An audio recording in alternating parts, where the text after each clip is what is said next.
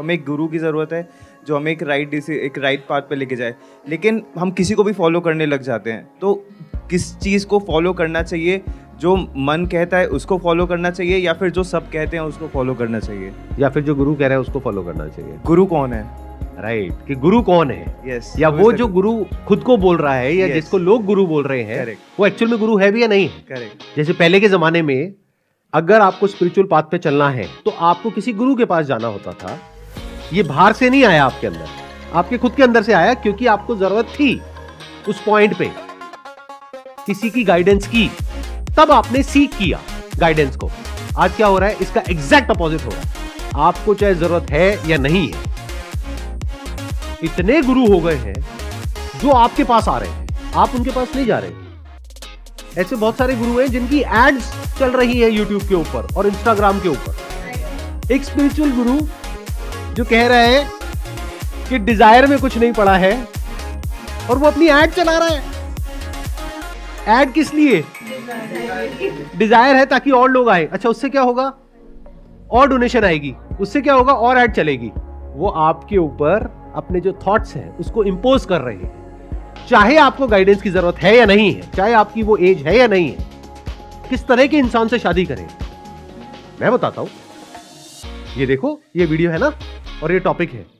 और मजे की बात क्या है कि आप लोग इतने घोचू हो कि आप इतना भी इंक्वायर नहीं करते हो कि वो इंसान जिस टॉपिक के बारे में बोल रहा है उससे रिलेटेड उसके पास में कोई एक्सपीरियंस है भी या नहीं है। मतलब शादी, which is an extremely complex topic, इससे कॉम्प्लिकेटेड कुछ नहीं हो सकता है पूरी दुनिया में। एक ही टाइम पे एक इंसान के साथ आप रहना भी चाहते हो और उसको छोड़ना भी चाहते हो, एक साथ दोनों चीजें हो रही होती हैं। अब ऐसे टाइम पे आपको जरूरत है एक ऐसे इंसान की जो स्टेज से निकला, वो आपको सही गाइड कर पाए, जिसके साथ में ये चीज हो चुकी हो, जिसने खुद इसको फेस किया हो। तो वो आकर के आपको बोल सकता है कोई बात नहीं, छोटे मोटे इश्यूज हैं, जाने दो, एक दो दिन के लिए थोड़ा सा स्पेस मेंटेन कर लो, सब ठीक हो जाएगा। उस टाइम पे आपको जरूरत है किसी ऐसे इंसान की जो एक्सपीरियंस्ड हो इन दिस पर्टिकुलर सिचुएशन। लेकिन हुआ क्या, आपकी लड़ाई हुई है अभी अभी अपने पति से या पत्नी से, अब यूट्यूब पे आपने ऐड देखी और वहां पे एग्जैक्टली वही है जो आप सोच रहे हो, क्योंकि ये जो सोशल मीडिया प्लेटफॉर्म्स हैं इनका एल्गोरिथम ऐसे ही काम करता है। इनको पता लग जाता है कि कब आप लाइफ के किस फेज से निकल रहे हैं। आपको नहीं पता, इनको सब पता है कि अभी अभी आपकी अपने पति से या पत्नी से लड़ाई हुई है। अब आप कहोगे इनको कैसे पता? इसी को डेटा बोलते हैं, उसी से रिलेटेड कंटेंट आता है। उसी टाइम पे आपको वही वीडियोस एकदम से दिखने लग जाएंगी, वही कंटेंट दिखने लग जाएगा। अब आप उस शॉर्ट से गए उस गुरु के पास में, आप कहोगे यार बात तो सही है। जब लड़ाई होती है उस इंसान से जिसके साथ आप रिलेशनशिप में होते हो तो लाइफ की धज्जियां उड़ जाती है, कुछ समझ नहीं आ रहा होता है कि क्या हो रहा है। तो ये गुरु आपके पास में सपोर्ट बन करके आ जाता है। अरे सब में कुछ नहीं पड़ा, यही आपके दिमाग में चल रहा है। और यही आकर के उस गुरु ने बोला, किस लिए करते हो? अपनी हवस की आग को बुझाने के लिए।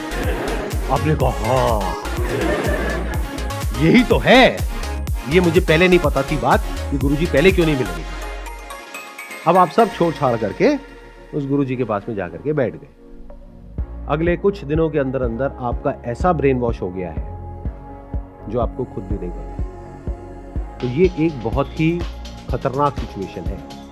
आपको इतना अलर्ट रहना होगा आज के टाइम में जिसकी कोई हद नहीं है, नहीं तो आपकी लाइफ बहुत बढ़िया चल रही होगी और एकदम से ही लाइफ की धज्जियां हो जाएगी और आपको पता भी नहीं लगेगा हुआ क्या है। और मैं बता रहा हूं आपको वजह क्या है। एक ऐसा इंसान जिसको खुद कुछ नहीं पता है वो आकर के आपको गाइड कर रहा है उस टॉपिक के बारे में। अब उसकी गाइडेंस कैसी होगी, इन बातों को अगर आप समझ गए तो बच जाओगे, नहीं तो they are coming after you through all means and with all might. क्यों? क्योंकि आज का जो एज ग्रुप है ना इस सेशन का, ये है 25 साल से 30 साल के बीच। ये एज ग्रुप बिल्कुल परफेक्ट है उन लोगों, क्योंकि अभी आप लोगों की जेब में पैसा है। तो बेचारा एक स्टूडेंट है, उसकी जेब में पैसा ही नहीं है, तो वो क्या देगा इन लोगों को? आई वोंट बी सरप्राइज कि जब ये अपना एड कैंपेन चलाते हैं तो वहां से पीछे से डिफाइन करते हैं कि ये मेरी एड दिखनी चाहिए 25 साल से 40 साल के या 50 साल के लोगों को, क्योंकि पता है कि पैसा वही है।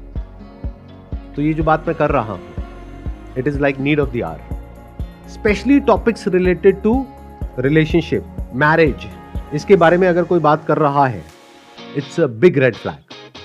There are people on YouTube that I am aware of, I am sure आपको भी पता होगा, शादी की ऐसी इमेज बना रहे हैं आप लोगों के माइंड में जो बिल्कुल अनरियल है, इम्प्रैक्टिकल है, जो कहीं एग्जिस्ट ही नहीं करती है.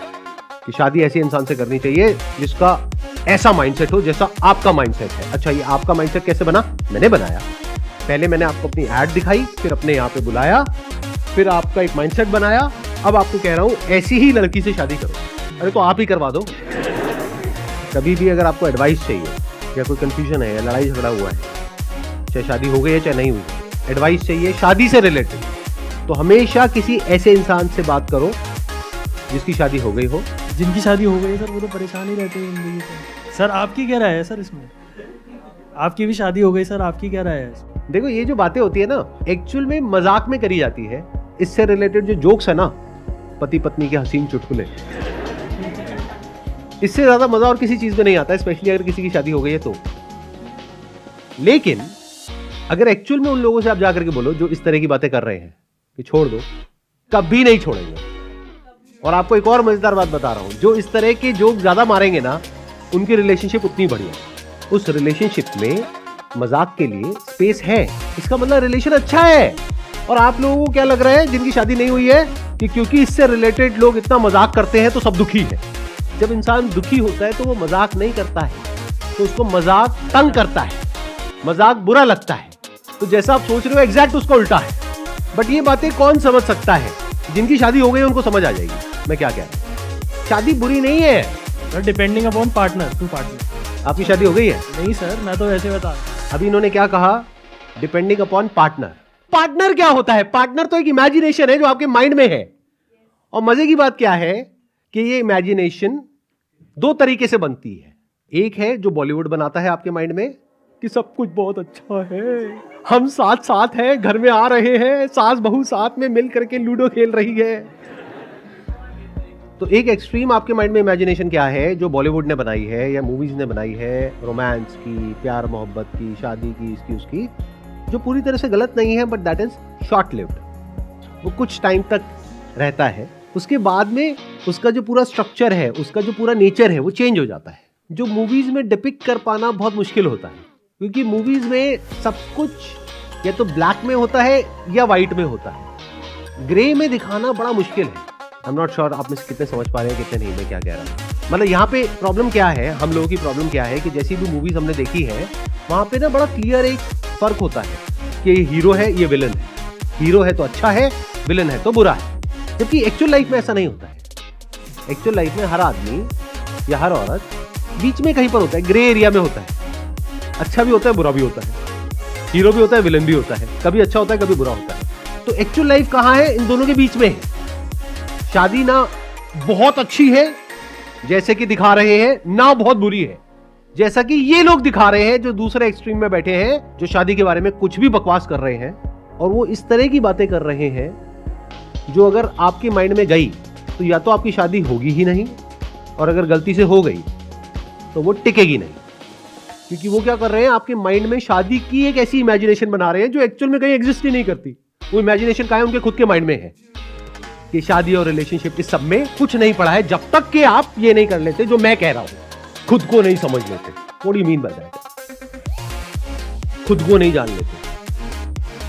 उसके बाद किसी ऐसे को ढूंढो जिसके अंदर या तो ये डिजायर हो, जो खुद को जानना चाहती हो, या खुद को जान चुकी हो, उससे शादी करो. बिल्कुल बकवास. एक इमेजिनरी कहानी एक ऐसे इंसान की जिसको कुछ भी नहीं पता कि वो क्या बोल रहा है, और ऐसे इंसान को आप सुन रहे हैं. इससे होगा क्या? आपकी पूरी लाइफ की धज्जियां उड़ जाएगी. तो अब आपको करना क्या चाहिए? बहुत अलर्ट होना पड़ेगा लाइफ में आज के टाइम में, क्योंकि अब वो टाइम गया कि आपको एक प्रॉब्लम है और आप सॉल्यूशन ढूंढने के लिए दुनिया में जा रहे हो. अब आपको चाहे प्रॉब्लम है या नहीं है, तो पहले एक आर्टिफिशियल प्रॉब्लम आपके लिए क्रिएट करेंगे आपके माइंड में, फिर आपको अपना सॉल्यूशन ऑफर करेंगे. और उस सॉल्यूशन को एक बार आपने एक्सेप्ट कर लिया तो उससे बड़ी कोई प्रॉब्लम ही नहीं है लाइफ में जिसका कोई सॉल्यूशन नहीं है. जैसे मेडिकल फील्ड में बोलते हैं कि वहम का कोई इलाज नहीं, कोई दवाई नहीं. किसी को वहम हो गया है कि मेरे को ये वाली बीमारी है, डॉक्टर कह रहा है नहीं है जी, मुझे तो है। सो करना क्या है कि कभी भी आज के टाइम में किसी एक इंसान को फॉलो मत करो। वो इंसान चाहे कोई भी हो, चाहे मैं हूं चाहे कोई भी।